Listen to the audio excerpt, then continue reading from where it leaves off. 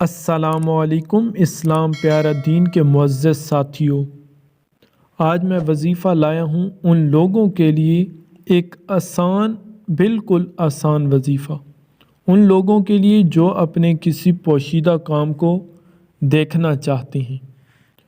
دوستو، جو شخص کسی پوشیدہ امر کو دیکھنا چاہے تو وہ نماز عشاء کے فرض و سنت اور وتر پڑھ کر 4 رکعت نماز پڑھے۔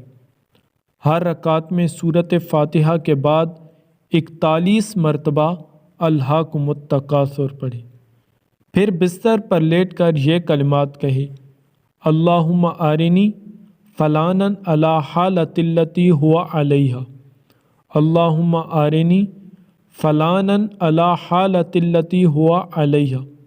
دوستو، یہ کلمات 41 مرتبہ پڑھنے، الہاکم التکاثر۔